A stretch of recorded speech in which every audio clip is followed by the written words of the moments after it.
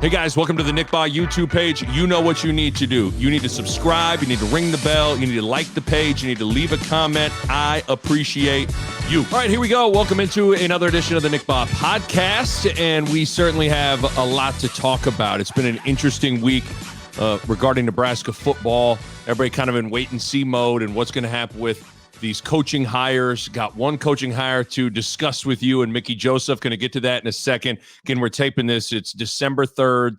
It's Friday. It's about 3 o'clock in the afternoon. So at any second, this podcast could become dated because some more news could break. So I've kind of been holding off on recording podcasts just because you never know what's going to happen with these hires. But the big news that I want to start the podcast with is the official announcement that Adrian Martinez is leaving Nebraska and going to enter the transfer portal. First of all, I gave some, and I maybe did this prematurely and too early, but I just couldn't help myself. I gave my in-depth thoughts on Adrian Martinez's legacy at Nebraska, my thoughts on his entire career, how I view him as a quarterback, the good, the bad, all of it, on a podcast I recorded last week. It's in the first 24 minutes of that podcast. I've retweeted that podcast link. If you haven't listened to it, go check it out. So I'm not going to repeat myself in everything that I said last week.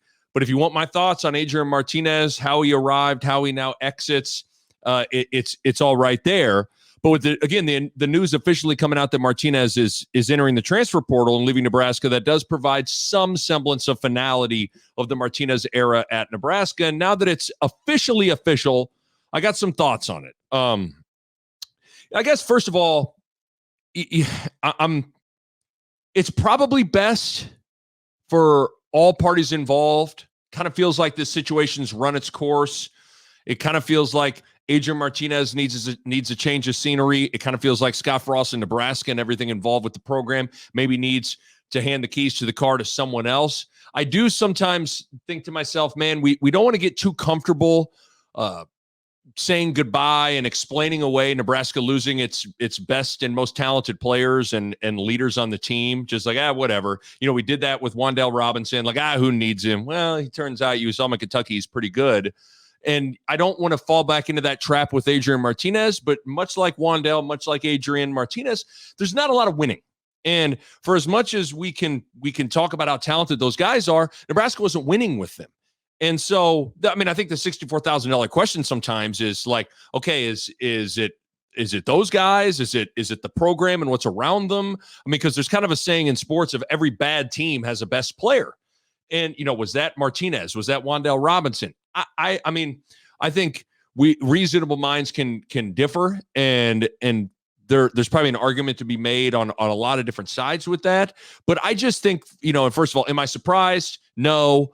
I felt like this is where it was trending towards, and I could see a scenario where it's best for everybody. It's best for Frost. It's best for the program. It's also best for Adrian Martinez. And I was thinking more about Frost with this situation, being granted a fifth year from Trev Alberts after 4 straight losing seasons. I know the term run it back has been thrown around a lot, but Scott Frost probably couldn't afford to just run it all back, right? Like after 4 years of doing the same things with the same people in place, a fifth year of doing that likely produces the same results, right? So in my opinion, you know, Scott Frost on a variety of levels kind of has no choice but to try to switch things up. I mean, if you imagine a scenario in which in year 5 now, you're bringing back Ryan Held, Mario Verduzco, Matt Lubick, Greg Austin, Adrian Martinez as your starting quarterback. Like, it just feels like at some point, that's the definition of insanity. It's the exact same people in the exact same roles trying to do the exact same thing. And you have 4 years of results of what that looks like. So I think that's why he made staff changes. Like Scott Frost is likely going to go into next year with you're looking at hiring a special teams coordinator. You're going to get a new quarterback. You're going to have a new offensive staff in place. Frost himself is going to gravitate towards a CEO role. Like, I think all those things play into the Martinez discussion of like, you just probably couldn't afford to just run this whole thing back with everybody in the same position. So I think it's important to kind of keep that in mind. I also think Adrian Martinez staying at Nebraska maybe negatively impacts Nebraska's ability to land a transfer portal quarterback. I could see how his presence just being on the team, being in Lincoln, could scare off some quarterbacks. I mean, because whoever this new offensive coordinator is going to be, even Scott Frost himself, you can say all the right things to a quarterback in a room like, hey, you come in, you're going to compete for the job, you are going to be our guy. But you're like, well, wait a minute. Isn't that guy Martinez, who's a 4-year starter and the all-time career offense leader and the guy that you have backed and stuck with and been loyal to, he's still here, right? Yeah, I don't know about this situation. So there's also that when taking all this into consideration. So I guess for me, when I saw that news, it was like, yeah, that's kind of what I was anticipating, taking everything into consideration. Now, I will say on the other side of this thing, I said this last week, in light of the shoulder surgery and the shoulder situation for Adrian Martinez, I actually thought that shoulder situation increased his chances of potentially staying at Nebraska, because by all accounts, he's looking at a 5-month recovery, which I think greatly impacts his situation. I thought he would maybe want to rehab here in Lincoln at the University of Nebraska. And if he was going to, I thought from his perspective, if he was going to roll the dice and compete for a starting quarterback job coming off of surgery, I would have thought he maybe would have wanted to do that at Nebraska and make a good chunk of NIL money while doing it. But that didn't happen. He is officially out. And so I'll be really curious where he lands and how the rest of his career goes, because I do wonder if that shoulder surgery is going to scare off some potential suitors. I mean, you kind of never know how you're going to come back from that. He's not going to be able to go through spring football. He's only going to be cleared once the summer hits. And then let's not forget, like I just said, he didn't win very much. He didn't win very much. So it will be fascinating to see how he is sought after and viewed in the transfer portal, because he is super talented. And like I said on the last podcast I recorded talking about Martinez, I wouldn't be surprised if he's a guy that with different and maybe better surroundings, if he doesn't win and produce more. Like, I could see how some schools would look in the transfer portal and look at a guy like Adrian Martinez and think, here's a super talented guy. He's really experienced. He's really athletic. He had zero help at Nebraska. He had no running back, no elite wide receivers, a shaky offensive line his whole career, awful special teams, which put him in bad field position stuff, impacted red zone play calling. If we just get him here, we can coach him up and put better things around him, and he'll be a good quarterback. Like, I could see how some teams would look at Martinez and his situation and go, that's how we view it. But again, he's 14-24 as a starter, and you can make all the excuses in the world. Some are very legit, but he still made a lot of mistakes and just flat out didn't win very much. Plus, he's got that shoulder situation now on top of all that, which has to be taken into consideration on whoever's maybe taking him on. So I thought he would be an extremely sought-after quarterback in the portal, but maybe after the shoulder situation, maybe it diminishes a little bit. Who the heck knows?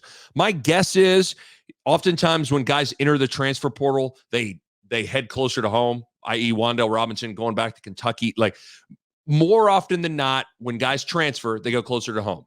I'm one of those guys. I was at KU. I was at Kansas. When I transferred, I went to Creighton, hour from where I grew up in Lincoln. So my guess is he lands somewhere out west, since he's a Fresno, California guy. You've heard the stuff about, I think he has his girlfriend goes to Kansas State. Maybe he ends up in Manhattan playing in the Big 12. Who knows? It's going to be interesting to watch, because I think I certainly wish it could have ended differently for him here at Nebraska. I really do. Dude is an A+ person, carried himself with so much grace under pressure. I do believe that he was a victim of poor circumstances, of all the things I just said. Stop me where the lie comes out of my mouth here. No running back for 4 years, shaky offensive line for 4 years, didn't have consistent elite wide receivers for 4 years, had awful special teams for 4 years. Oh, by the way, his head coach is trying to flip a culture and rebuild a program for his entire 4 years.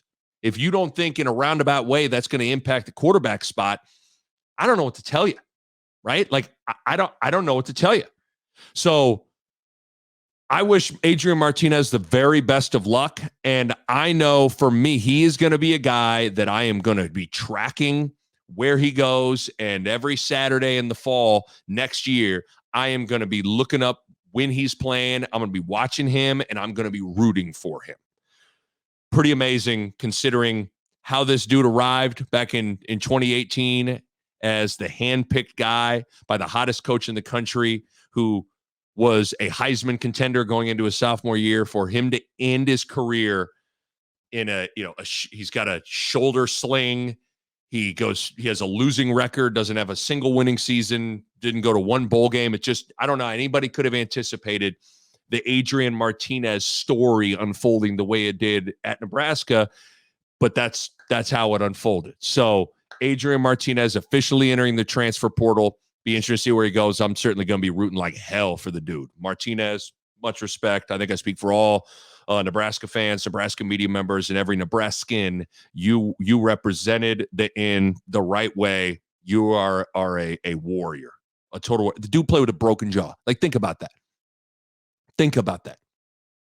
Broken jaw. Played the whole second half against Wisconsin with clearly a shoulder that needed surgery. Almost let him do a win against the statistically number one defense in the country. High ankle sprain. Played through it. Like, really, sometimes we look at it, we think about injuries. They're just like, they're things we say and see on a piece of paper, like, oh, high ankle sprain. You ever had high ankle sprain? You can't move. You can't explode. You can't plant on it. It's hard. Broken jaw? Sheesh. So, warrior. Total warrior. Nothing but respect, even as he packs his stuff up and heads out of Lincoln. So, another thing with Adrian Martinez, real quick, I saw some chatter on Twitter. I think it was Dan Hoppin that put out a poll question, and it really sparked some thoughts. And this isn't necessarily a new comparison, but it's interesting now that the Adrian Martinez era is over to think about. He put up a poll question of who was a better player, Adrian Martinez or Taylor Martinez. And you know what's crazy is, I have thought about this, and I still can't totally decide how I would vote in that poll question. I really can't. Because on one hand, and I've seen this from on Twitter from people, the easy thing to do is say, hey, dummy, hey, idiot, Taylor Martinez won. He led Nebraska to 2 division titles, played in 2 conference championship games. Adrian Martinez didn't win. Are you stupid?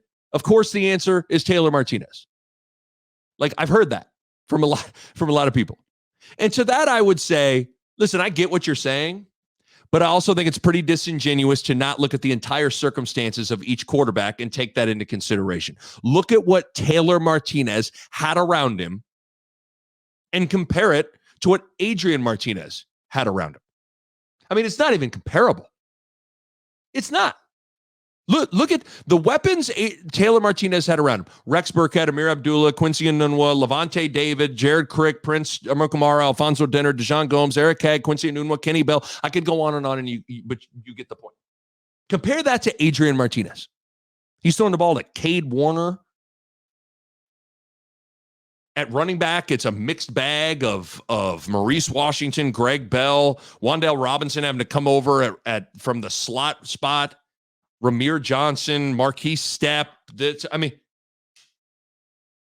And then and then defensively, you don't have a Levante David, you don't have a Jared Crick, you don't have a Prince Amukamara. Oh, by the way, don't get me started on the special teams and the kickers and punters that were playing with a guy like Taylor Martinez.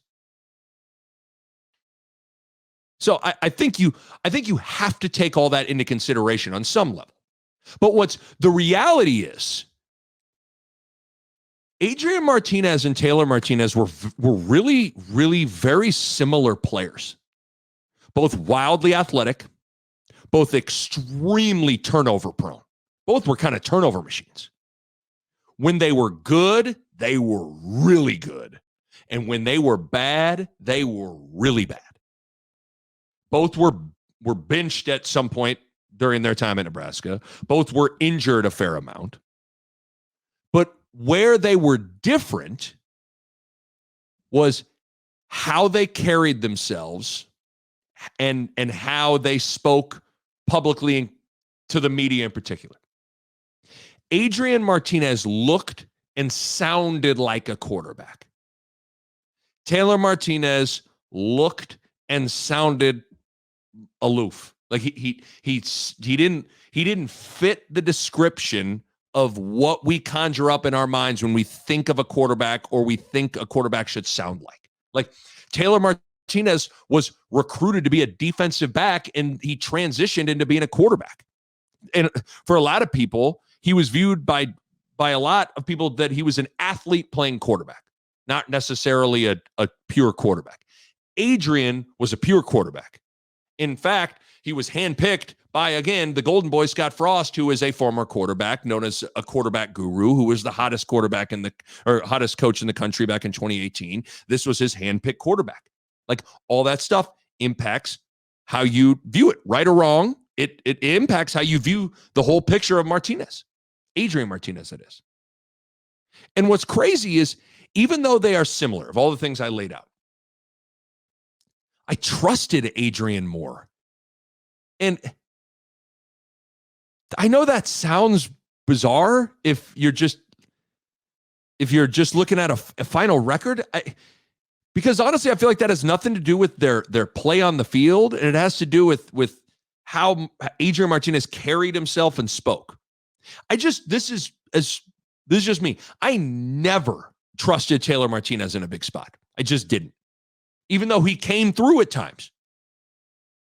I just never fully trusted that dude when he was at quarterback. And even though Adrian Martinez never came through in a big spot, I trusted him.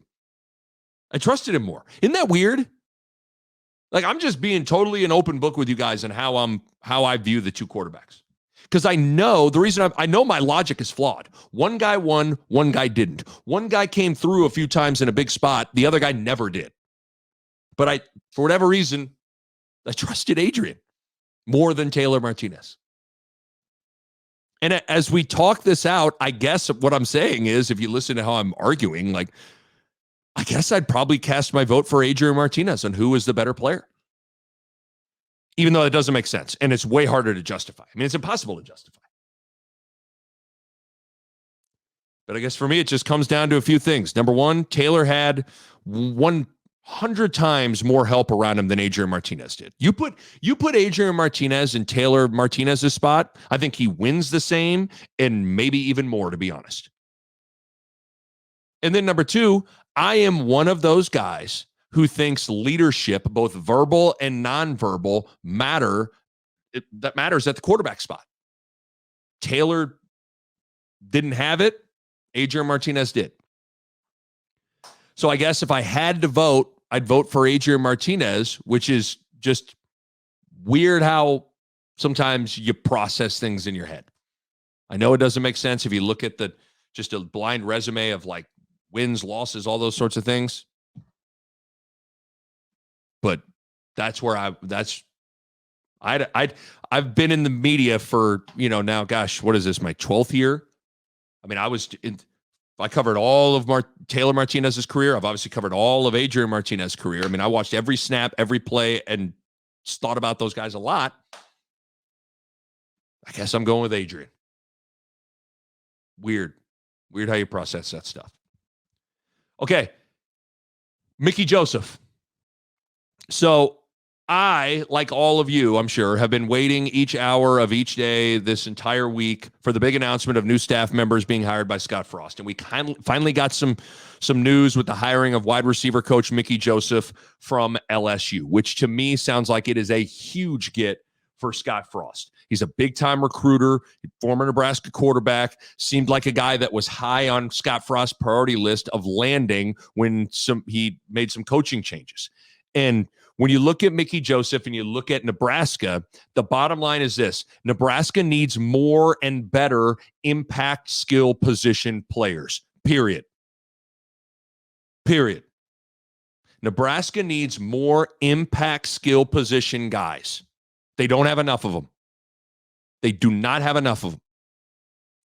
Nebraska hasn't had enough true difference makers at running back and wide receiver over the course of, for sure the Scott Frost era. And you could even go past beyond that.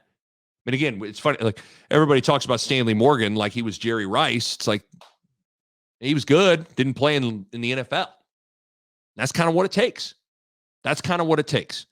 And to me, Mickey Joseph could make a big difference in all of that with his connections and his track record as a recruiter. The guy recruited and coached 2 first-round wide receiver picks in the last couple of years, most notably Jamar Chase, who was a superstar at LSU and in the league. So to me, the announcement and the hiring of Mickey Joseph, really important. And it kind of provides some relief to at least hear something.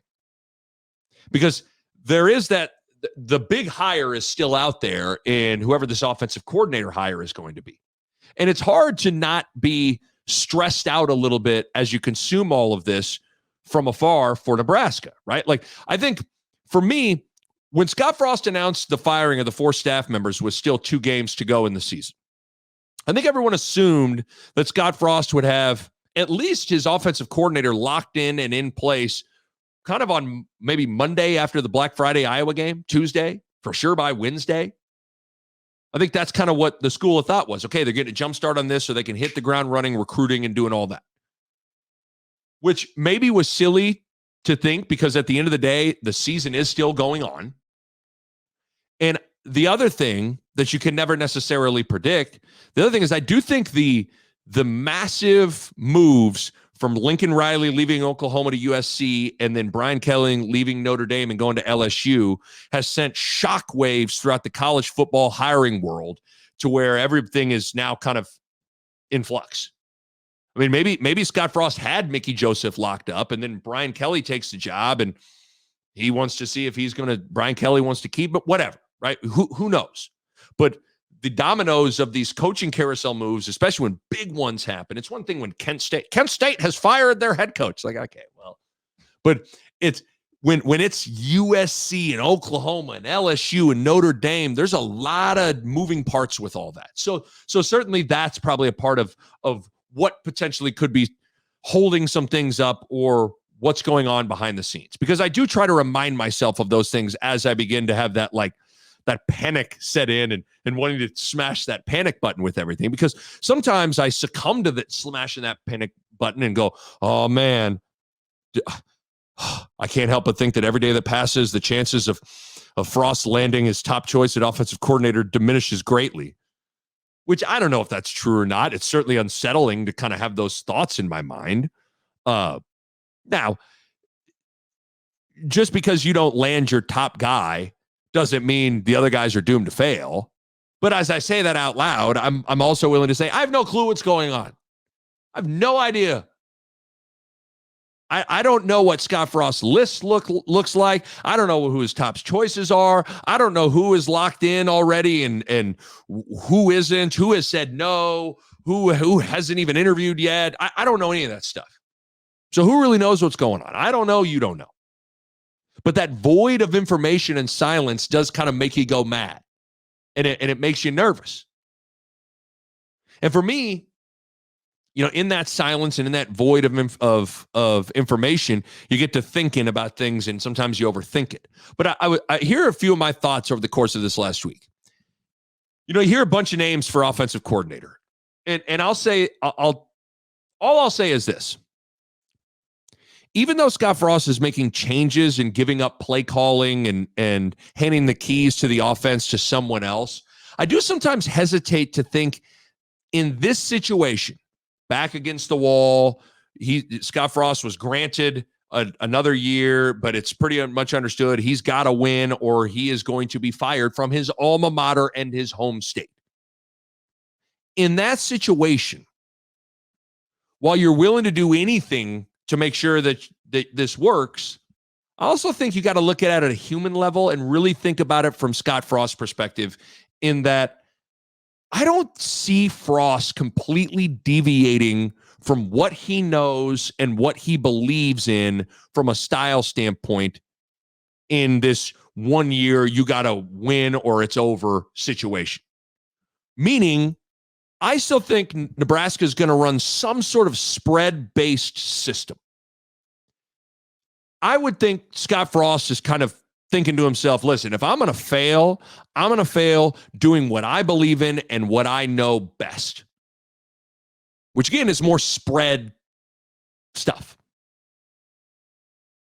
So I struggle with that in mind to see him go into like an Iowa, Minnesota, Wisconsin type of offense where, they're huddling up, they're chewing the play clock, they're controlling the ball.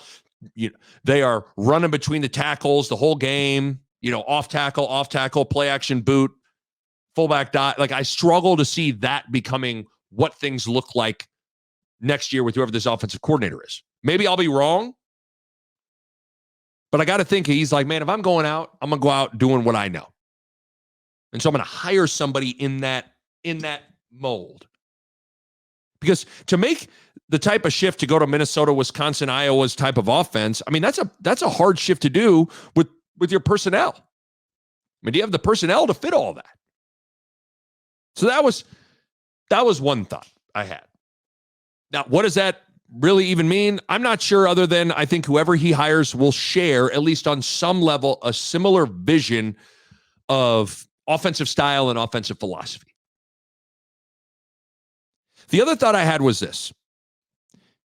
I was wondering, as you kind of don't hear anything. I was like, oh man, I wonder if certain coaches are scared to hop on this hot seat situation, which would be a valid concern. But at the same time, with the nature of college football right now, it kind of feels like, I know this sounds weird to say, kind of feels like everybody's on the hot seat a little bit in some ways. I'm not, certainly some seats are flaming hot and others aren't. But just imagine, do you think Mickey Joseph, for instance, do you think Mickey Joseph anticipated after they won the national title just whatever it was 2 years ago that he would be fired and having to take another job? Think about that now. Like, imagine LSU won a national title and a year and a half later fired. Imagine being on Ed Orgeron staff and or viewing that situation and being like, you know what, year and a half, that thing is going down. So, with programs moving on quick and big boosters willing to pay massive buyouts to coaching staffs, it's hard to find great stability really anywhere. Certainly not suggesting that there aren't more stable coaching situations out there than Nebraska and Frost. I'm simply stating and suggesting and pondering and wondering that maybe college football nowadays, they hit the eject button fast on coaches and coaching staffs and regimes. Every situation's kind of day to day in some ways. So I was thinking about that. It's going to be interesting to see how it all shakes out. It's going to be really interesting to see how it all shakes out. We shall see. Speaking of college football and shakeups with these coaches, I brought up Lincoln Riley and Brian Kelly. I got a few quick thoughts on those situations, then I got some Creighton and Nebraska thoughts I'm going to get to. First of all, like most have pointed out, but it bears repeating, some of this craziness that we've seen happen is on the NCAA and the implementation of the early signing period in December. When you move that up in the calendar, you move everything in these coaching decisions up on the calendar as well. That has sped everything up in this coaching carousel. Those coaches almost have no choice but to take those jobs right now if they're going to take them. And these ADs and these chancellors and these board of regents have almost no choice but to fire guys and make coaching changes in the season if they're going to eventually. So otherwise, you're potentially throwing away a recruiting class because all the top 4 and 5-star dudes are going to be signed elsewhere. So certainly some of everyone's frustration with things should be directed towards that. As far as the two situations specifically, Lincoln Riley and Brian Kelly, I do think while they feel the same, they're a little bit different to me. Number one, Lincoln Riley's move makes all the sense in the world to me. Just whenever you're assessing a job, sometimes you got to take emotion out of it and look at it like this. Is your job the best job in your conference? Is your job the best job in the conference? You always want to have the top job in your conference. And if you look at it, Oklahoma was arguably the best job in the Big 12, especially with Texas's struggles, and they haven't been able to get their act together. Oklahoma was the cream of the crop in that conference. Now that they're going to the SEC, I don't think it's a situation of Lincoln Riley being afraid of the SEC. I think he looks and goes, well, listen, Oklahoma's now like the third or fourth best job. And then you look at USC, and USC is by far the best job in the Pac-12. By far. And you have a chance now to dominate that conference and really dominate the whole West Coast and western part of the United States with recruiting. So him taking that job makes complete sense to me. When you look at Brian Kelly, I mean, I get it from all the things I just laid out about Oklahoma and USC applying to Notre Dame and LSU, because it's hard to even assess Notre Dame because they're not in a conference. Notre Dame's like almost its own island, its own entity with how you judge it in college football with some of this stuff. And a part of me does wonder if Brian Kelly has seen what has happened when he gets into the playoff and plays some of these top SEC teams and goes, man, it's going to be hard for us to have the horses at Notre Dame to ever consistently win against those top SEC teams when you do get in the playoff. But so I get it on that level, but where I don't get it and what is still just like mind-blowing and sad, it is incredibly sad and shocking to watch a coach leave his team while they have a chance to make the college football playoff and win a national championship. That's unreal. I don't even know what the equivalent would be. Like, I mean, is that Greg McDermott when Creighton is going to be a 3 seed in the NCAA tournament, leaving to take the Louisville job right before the NCAA tournament? Is that Xavier when the year they were the 1 seed with Chris Mack, leaving right before the NCAA tournament to take the Louisville job? It's pretty unbelievable. I don't even know what you would compare it to. Notre Dame could make the playoff make the college football playoff if the right teams lose. And then obviously you're in the playoff, you're playing for a national title. And he just walked away. Just walked away from that. And I couldn't imagine as a player how you'd feel given that knowledge. Like knowing that the committee is taking Brian Kelly's absence into consideration when ranking them right now, which is code for you ain't getting in. Imagine, I just couldn't imagine working your ass off as a player to have a chance at a title, to win a national title, only to have your coach leave right before the season ends. And not only does he leave you, but his decision to leave you could be the difference between you getting into the playoff or not getting in the playoff. I mean, wowza. So there's that. You know, I also recognize that, like, I don't know, that still is, I don't know if I've fully even processed that. Now, with both situations, Lincoln Riley and Brian Kelly, I also recognize the reality that whether any of us want to admit it, we all have a price. We all have a price. I'm in my house right now. I love this house. Moved in September of 2019.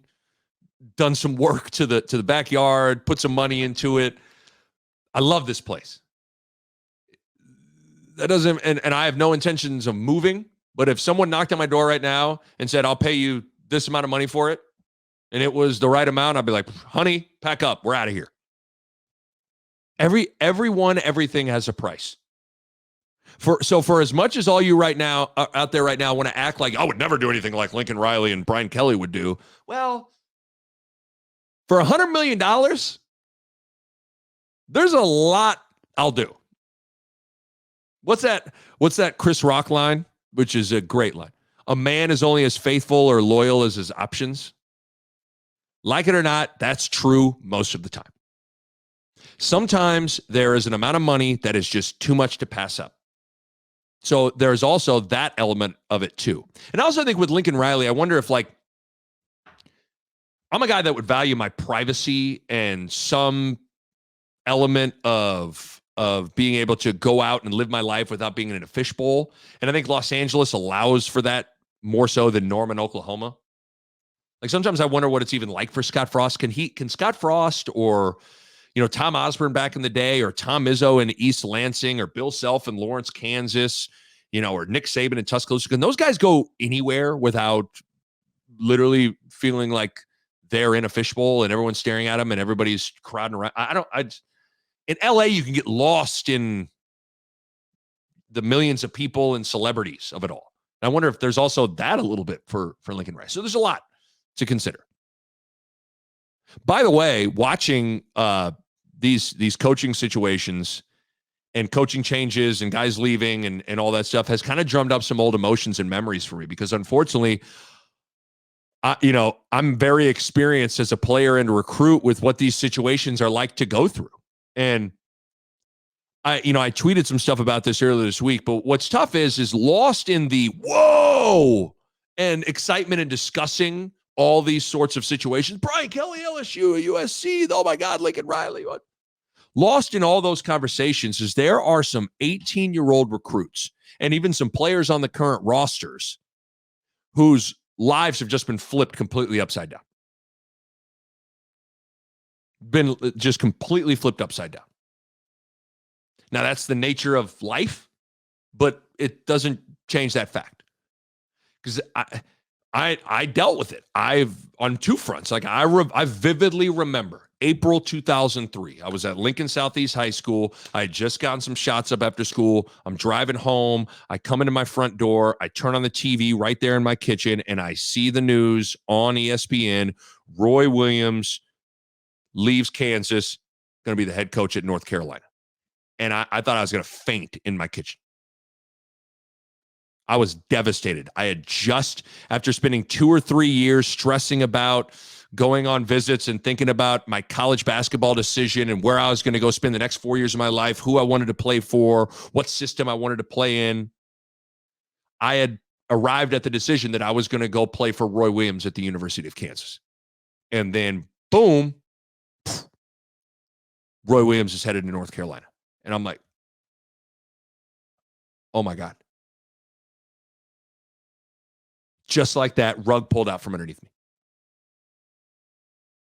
And it's one of those things. My life has ended up being great, and it led me down a path of playing for two of the best coaches to ever coach basketball. I got to then cross paths with and play for Bill Self for 2 years, who I love that man. He's a Hall of Famer.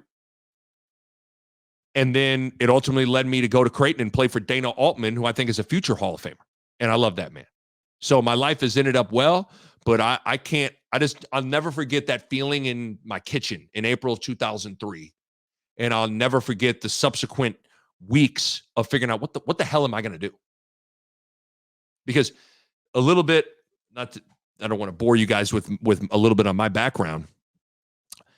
I was a preferred walk-on at Kansas. So I hadn't signed a letter of intent. What had happened was Kansas, what's weird, I was a weird recruit. Kansas recruited me harder than any other school. Other than that, there was a lot of mid-major schools. Ohio, Boise State, Creighton, Bowling Green, a lot of those types of schools. But Kansas recruited me harder than anybody. And they came to more high school games. They came to more AAU games. Ohio probably came to a little bit more, but they came to more AAU games. I talked to Coach Williams or Coach Joe Holiday at the time every week for 2 years.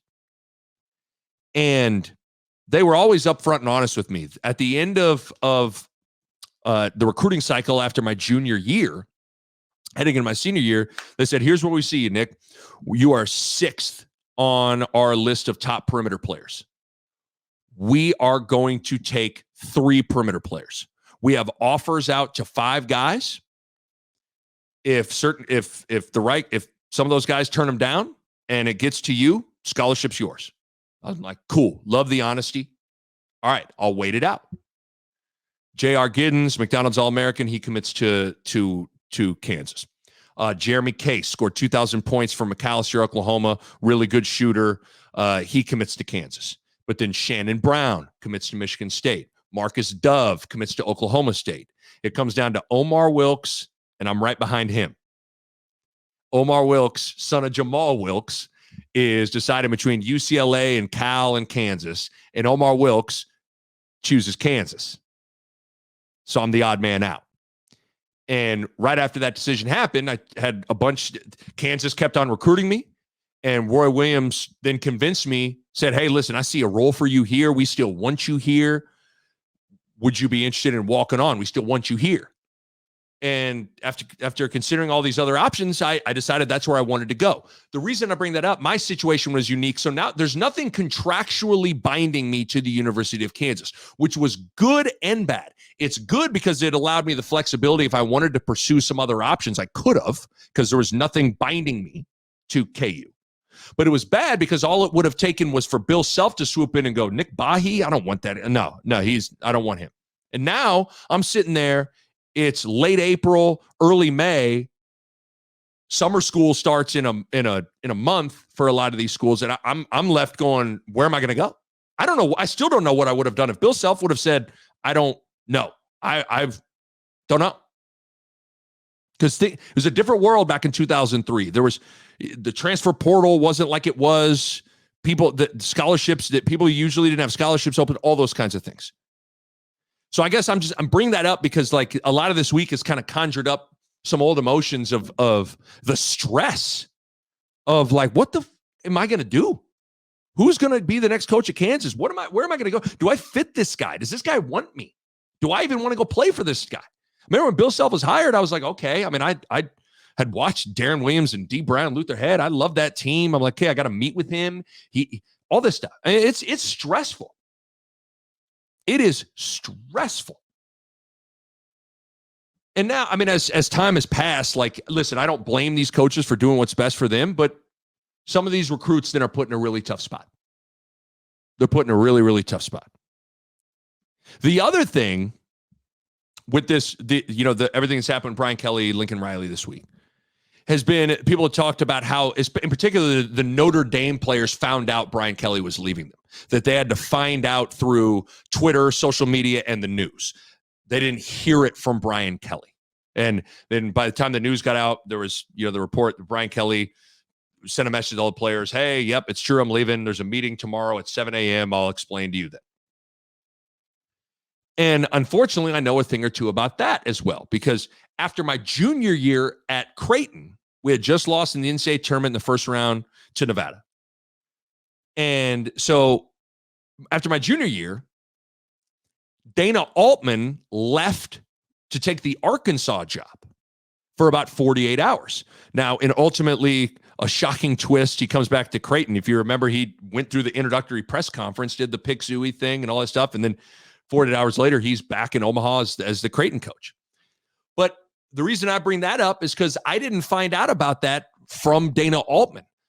I'm walking into one of my classes, and I get a text from a friend that simply says, assuming you heard Altman to Arkansas. I'm like, the fuck? What?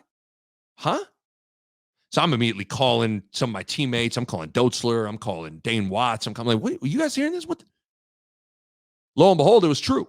And you're like, whoa.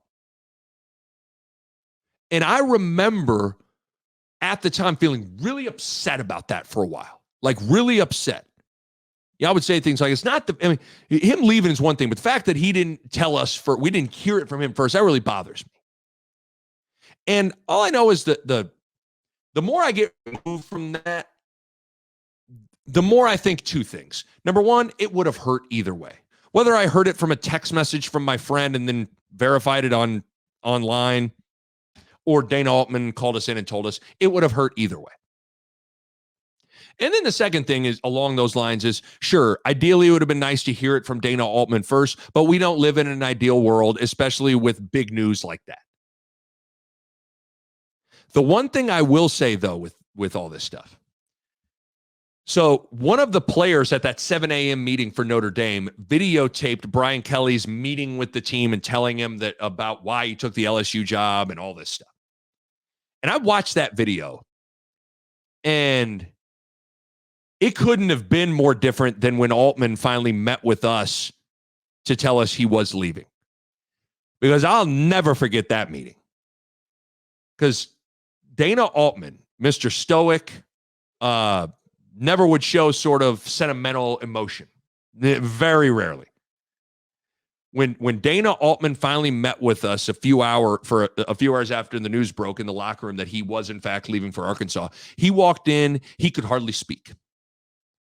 He was crying the whole time. He was devastated. He would start a sentence and he would start crying. He would try to say something and get choked up. He was devastated. Devastated. It was clear he was torn up about the decision. You contrast that with Brian Kelly. He couldn't have seemed more emotionally indifferent about it all. No emotion, no tears, which is odd to me. Now, not saying everyone processes these sorts of things the same way, but I saw that and thought, like, I don't know. Brian Kelly has come off a little phony to me with all this stuff. And then you see Brian Kelly speaking at the LSU basketball game after being hired, and he had this like half Southern accent as he was talking. You're like, man, is this dude a phony baloney? What's the deal? I thought that was interesting as well. So unfortunately, I have a lot of experience in coaches leaving and taking another job and flipping your world upside down as a player and recruiting, and then not finding out from the coach if they're taking another job. Wild, man. Wild stuff, the stuff you experience if you go through this thing called life. All right, I'm wrapping it up with some hoop stuff. 5 burning questions for Nebraska basketball and for Creighton basketball, as now this competition is about to heat up for both teams. Nebraska's going to start to play some Big Ten teams. Nebraska's going to be playing Kansas State and Auburn. Creighton's about to play Iowa State and Arizona State, and then they're going to start to play some conference games. So things about to heat up. Panera Bread University and Roast Beef State and Lucky Charms Tech, they're not coming to town anymore.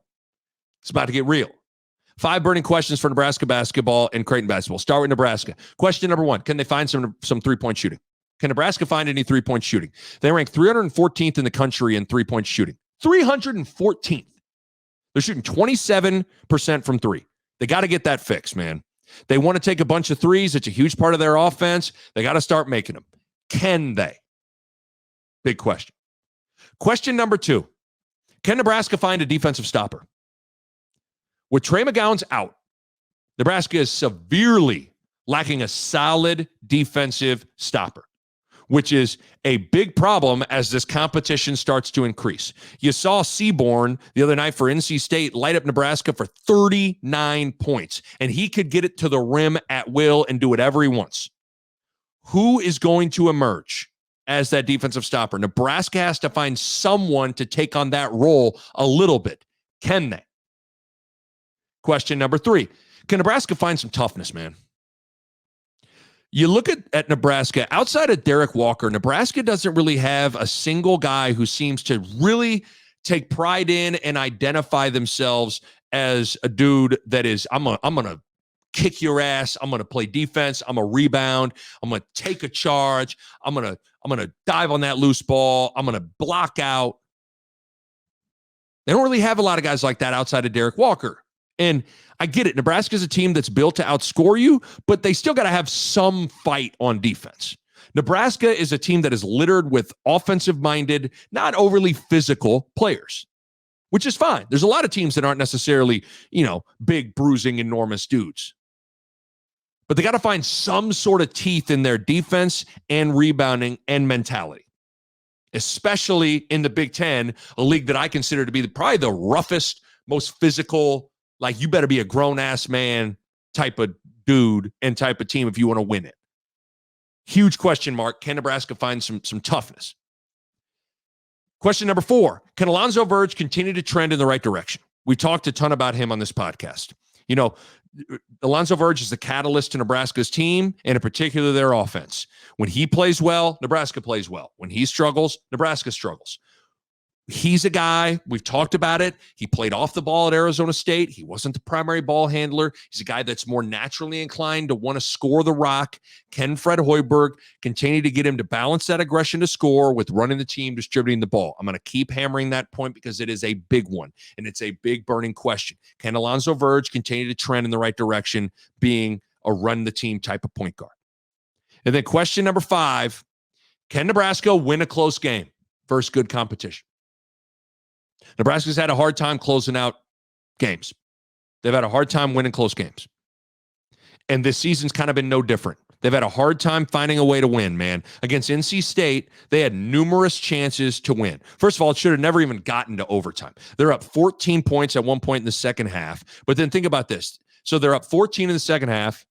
They led by 2 points in the first overtime. They led by 5 points in the second overtime. They led by 4 points in the third overtime, and then they lost in the fourth overtime. Can Nebraska find a way to win some close games as the competition increases and in Big Ten play? Because the reality is Nebraska's probably not going to be blowing teams out. They're going to be in a lot of 1 or 2 possession games. Can they find a way to win those close games? Certainly a big question. So those are my 5 burning questions with Nebraska basketball. With Creighton basketball, 5 burning questions for the Blue Jays as competition starts to ramp up and heat up. Question number 1, can Creighton continue to play through the post and in the paint when competition increases? Creighton right now is shooting 59.6% from 2-point. That's 9th in the country. And playing through the post has been a huge part of Creighton's offense so far. Ryan Kalkbrenner in particular, but also Ryan Hawkins and Keyshawn Feazell, even Arthur Kaluma at times. I found myself in big offensive possessions saying they need to post up Kalkbrenner. They got to post up Ryan Hawkins, which isn't necessarily how this team has been built over the last handful of years. Can Creighton continue to have success throwing the ball inside when the competition increases, which usually means you have bigger, more active, athletic bodies in the front line? Big question. Question number 2, can Ryan Kalkbrenner continue to protect the rim? This dude, the 7-foot sophomore, has been incredible defensively through the first 8 games of the season. He's blocking 2.5 shots per game. He's altering countless shots, deterring a lot of people from even wanting to go in and attempt shots at the rim. And the big thing is he's doing it without fouling. Chew on this. Ryan Kalkbrenner ranks 31st in the country in block shots per game. Again, 2.5 per game. Of the top 83 shot blockers in the country, Ryan Kalkbrenner has the fewest fouls with 8 total fouls. He is doing an amazing job protecting the rim without fouling. Greg McDermott has told me that he's been surprised how far along the defense is for his team, how quickly they pick things up and how they perform consistently on that end of the floor. I think a big part of that is having rim protection with Kalkbrenner. Can he continue to do that? Number 3, burning question. Same thing as I asked with Nebraska. Can Creighton find some consistent 3-point shooting? Creighton ranks 234th in the country in 3-point shooting at 31%. They've been streaky, and they're still a program that is built to get production from the 3-point line. Can Creighton find some consistency from beyond the arc? That's a huge question. Burning question number 4. Can Creighton cut back on their turnovers? Creighton's averaging about 14 turnovers per game, which is quite a bit. They're turning it over on 20% of their possessions, which again is quite a bit. Can Creighton play fast, but play smart and play with discipline and take care of the ball? You give teams live ball turnovers, you put yourself in transition situations where you don't have advantageous numbers, you're in trouble. Can Creighton cut back on the turnovers? And then burning question number 5 for Creighton. Can Sharif Mitchell stay healthy? I think lost in the start of the season and some of the storylines for Creighton is how impactful Sharif Mitchell's absence has been. He had the foot issue in the summer, and oftentimes injuries attract other injuries. So to me, the foot injury probably attracted the groin lower body injury that he's been dealing with. Sharif Mitchell's missed 3 total games this year, and they were all home games, and they were all games Creighton had to grind to find a way to win. He did play in Creighton's last win over North Dakota State, and it was by far the best he's looked all year. His timing, his legs, his rhythm, his pop all looked pretty darn good. His presence makes a huge deal. On a roster littered with youth and inexperience, he's the oldest and most experienced player in terms of experience at Creighton on this roster. Plus, he's Creighton's best on-ball defender. He's their defensive stopper. And his presence also takes some ball handling duties and ball handling pressure off Ryan Nembhard, who's having to shoulder a massive load, which makes a difference. Coach McDermott has talked about how stealing Nembhard a minute here, a minute there, a few minutes here, a few minutes there will also help him stay more fresh as the season and games wear on. With Sharif Mitchell healthy and in the lineup, you can do that.